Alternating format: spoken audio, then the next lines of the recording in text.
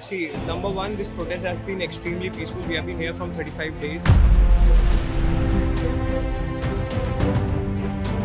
But अब it is going directionless. Do you agree? Yes, because it started out completely as the foundation of students getting their rights, people getting educational fairness. But now political factions have taken over. Everyone is bringing up their own segment of histories that they need to answer for.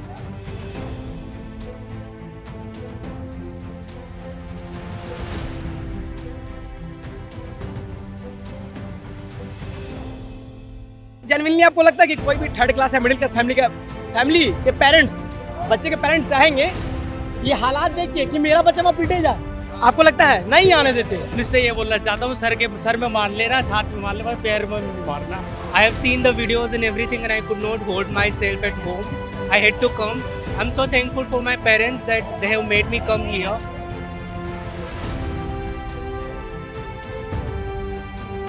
BJP goons that have been sent in, and they are the ones who are spreading misinformation, who are inciting people.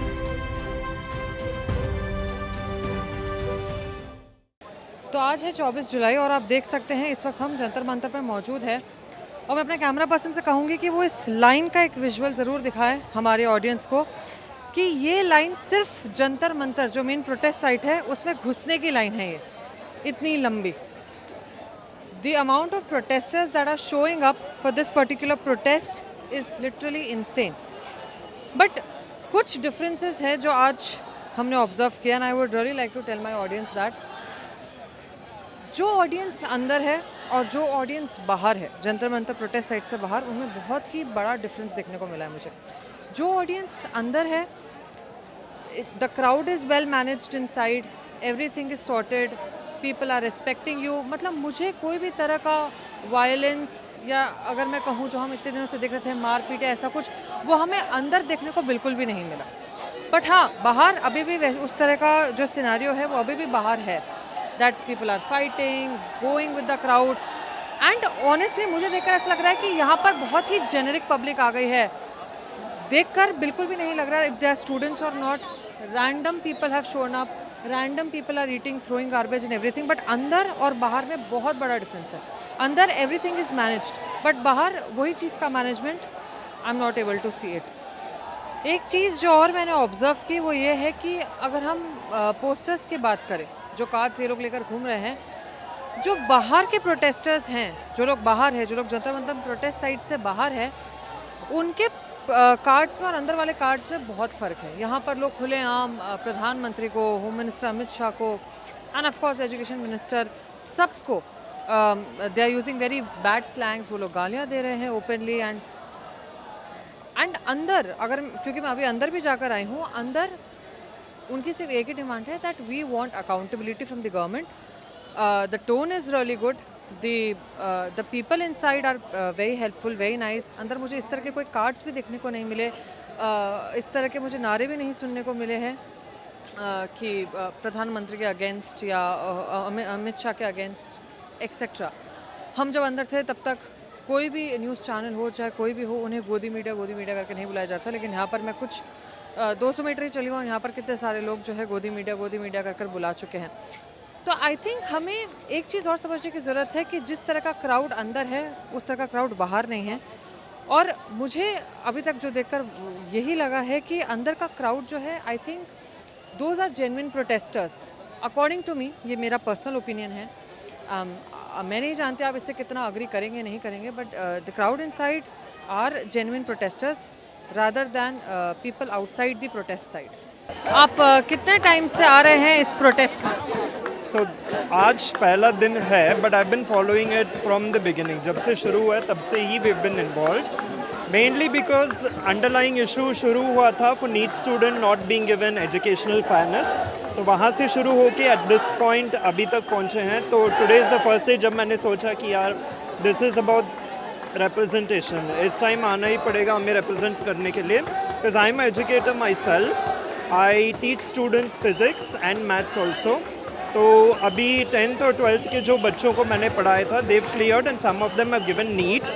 And post the exam उनके जो reactions थे बहुत, it was disheartening सुनने के लिए कि all of them were actually sad कि they expected कि कितना 620 630 का अगर कट ऑफ निकल जाता था, people used to get good institutions कि उनको almost government colleges में entry मिल जाता था at that point.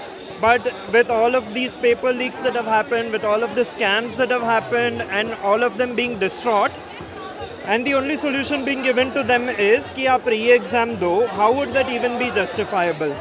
So sentiments of people are something that they are not considering. Also, it is not something that people can do again. First time exam लिखने में all of them have spent a lot of money to come. Boarding, lodging, even tuition fees or something. Many people have already spent a lot taking out loans etc. to do all this. Second time आप expect कर रहे हो कि same चीज़ हो तो it is not possible. So representation in this category is essential. Even though it has become political inclined at this point, the underlying cause is the same. Educational fairness, standing up for the rights of children and standing up for the rights of people who feel they've been wronged. That's the underlying cause. So that was the thing that made you come here. Yeah. But when I was going through Twitter and yesterday I met few NEET students, NEET PG students, a few of them said that it started with this cause, but up it is going directionless. Do you agree? Yes, because it started out completely as the foundation of students getting their rights, people getting educational fairness. But now political factions have taken over. Everyone is bringing up their own segment of histories that they need to answer for. So at this point it has become politically inclined, but I'm actually quite satisfied that even the people who organize this protest, CJP has started it, but the underlying cause has always been educational fairness to the children, and NEET 2026 is the issue to be raised. So I'm quite content that 80% of the cause still does align with the students getting their rights, but 20% intrusion by other political factions is something we cannot control at this point. So let the factions come and go. You stand by what you feel is right, is what I think. So not only me, many of the people who have come here are parents of the educators, are educators themselves, are passed out doctors. Few of the people have come from Goa, from Chennai, all my friends have come. They have also come with this faction that all of them were students once. Doctors even. All of them have become doctors now. So at this point they also think that educational fairness is the only thing that they came for and not politically aligning themselves with anywhere else. So differing opinions may occur, but underlying causes we came for that reason mainly. मुझे बस दो चीज़ बोलनी है, यही कि मतलब एक तो इसका शिक्षित संगठित संघर्ष का क्या मतलब होता है ये आज पता लगा है। इतने सारे को अलग कास्ट अलग राज्य रिलीजन सब आए हुए हैं, इसका संघर्ष का मतलब यहाँ है आज संगठित का।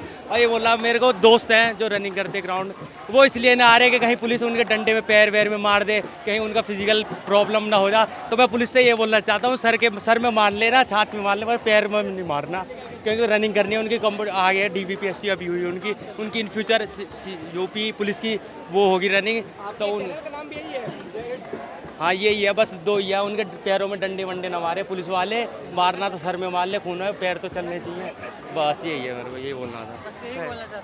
क्या आपको डंडे लगे थे क्या? नहीं मैं तो आज आ रहा हूँ, नहीं मैं तो आज आ रहा हूँ, मैं तो घर वाले आने नहीं दे रहे, मेरे को मन में खाया जा रहा है कि मैं क्यों नहीं आ रहा है। हाँ बच्चे आ रहे, छोटे बच्चे आ रहे, पेरेंट्स आ रहे, फैमिली आ रही, बहुत सब आ रहे, घर वाले भी बोल रहे थे कि आज जाओ, सपोर्ट कर रहे थे जाना चाहिए, बट मैं आ नहीं पा रहा और ये पुलिस वाले की वजह से इतना सारा हो रहा है। फिर घर वाले भी मना कर रहे थे, बट मैंने मन अंदर से खाया जा रहा है कि क्यों नहीं आ रहा मैं, क्यों नहीं आ रहा मैं। आपके घर वाले लेकिन सहमत थे आपको भेजने के लिए? सहमत थे, वो लिटिल बिट सहमत थे बस, क्योंकि अभी कल परसों बहुत ज़्यादा इन्होंने लाठी चार्ज करी है, इतना सारा गंदा करा है। मैं तो ये जो भी आ रहे हैं ना वो तो पहले से प्रिपेयर्ड हैं कि हम कुछ भी हो जाए हम तो जाएंगे, कितना भी डंडे बजा लें, वो कुछ भी कर ले, वो कोई फ़र्क नहीं पड़ता। इसलिए यूनाइट है, सब एक है यार, तो इसलिए ही आ रहे हैं बस। नहीं आने के बाद हो जा रहे हैं। हाँ वो चंद्रशेखर ने जो क्या हुआ इस प्रोटेस्ट से कि जो कल नहीं आए थे वो आज आ रहे हैं, यही है मतलब। So first of all, I have come here from Ahmedabad, Gujarat. I have seen the videos and everything, and I could not hold myself at home. I had to come. I'm so thankful for my parents that they have made me come here. They totally support this protest, and this is the new India which I'm seeing right now. And here, no religion, no caste, just pure citizens, pure people who are requesting for a fair education. And I think this is the India we wished for, especially I wished for in my family. So I'm so proud of all these people, and a tweet, a video is not going to help.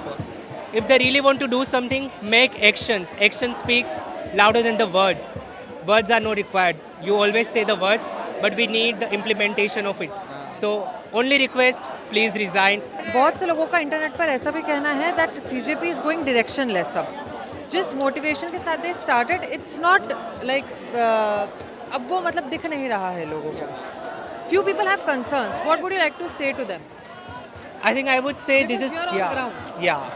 I would like to say they haven't lost the directions because when they started with one agenda only about the paper leaks, and it is still going on. But along with that, now the people they have become so angry that most of the things are getting included. So it's also about the women's safety. It's all about the increasing crimes, corruptions. Even if someone are being criminalized, they are just let go. So it's not only about the paper leaks, but apart from that, it's also about the more other things which government needs to take the responsibility of. That's it. And I think CJP also does not need to open all of their cards right now. They will see how the things are going and how the things uphold, and then they will see what's going to be next. That's it. After the meeting, how positive are you about Dharmendra Pradhan's resignation? I think we are quite positive. The youth of this country has now really rallied behind Mr. Pradhan's resignation. And I'm very sure if the government is really listening to the feedback from the ground, Pradhan's resignation is on the way. And once if Dharmendra Pradhan resigns, what will be your next approach? Will this protest will it be called off? If all the three demands are met, then of course we'll retreat. But as we have said from day one, we have too many dreams and aspirations for this country. We have already released a 5-pointer demand charter, and we'll get working on them. Lastly, बहुत से लोगों का ये भी कहना है कि this protest was meant to be peaceful and जिस तरीके से few journalists have been beaten and गोदी मीडिया के भी नारे लग रहे थे. How do you see all this? See, number one, this protest has been extremely peaceful. We have been here from 35 days. At the same time, there are instances of such violence which we absolutely condone. I think condemn. There is absolutely no place for violence against media, against police, or against any individual. Since last few days, especially since the movement has really become bigger, there have been a few BJP goons that have been sent in, and they are the ones who are spreading misinformation, who are inciting people. We have been making continuous requests that no one should be heckled or even abused in this movement, because it's a very peaceful protest and we want it to remain so. And do you think Sonam Wangchuk is going to join the protest once again? I really hope he does. He's still recovering. First few days right after the hunger strike are very, very difficult and very critical medically. So as soon as he gets well, I hope to see him here at Jantar Mantar. Most non-negotiable one is Dharmendra Pradhan's resignation or him being fired from the cabinet. Number two is the compensation for the families, 1 crore compensation for the families of the dead NEET victims who have died by suicide. And number three, that FIRs that have been filed, 11 as per our last count. Those FIRs have to be withdrawn against peaceful protesters. Anything in connection to this protest, the government will also have to give us a sovereign guarantee that they will not proceed against anyone even in the future. Along with this, we also told them about our fourth point, which is the 5-point policy demand charter, where we ask for holistic foundational changes in the manner in which exams are conducted and the education system is running. तो आप कब से आ रहे हैं इस protest में? आज सुबह ही आए, पहली बार दिल्ली भी पहली बार विजिट किए हैं, आज से पहले नहीं है। हम गया बिहार से आए हैं, तकरीबन 1100 किलोमीटर दूर से। और आपके आने की वजह क्या है? आने की वजह आपकी आंखों के सामने है। तो इतनी लेट आने की वजह क्या है? इतनी लेट आने की वजह है कि आक्रोश लेट से आया।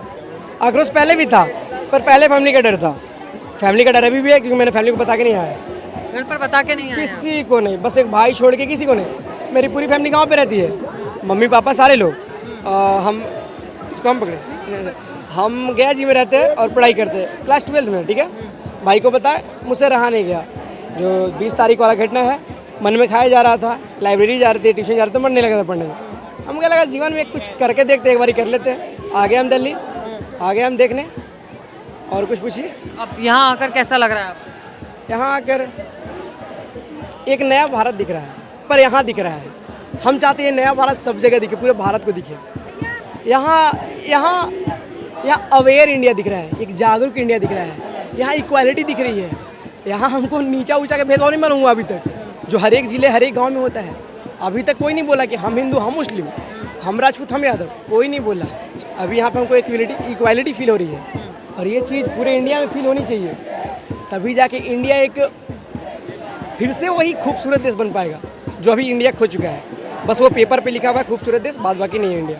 क्या है कि इंडिया में फैक्टर है, मतलब डिस्ट्रीब्यूट बांट दिया गया इंडिया, तुम यादव हम भूमियार, आप हिंदू हम मुस्लिम, आप सिख ईसाई, ऐसे।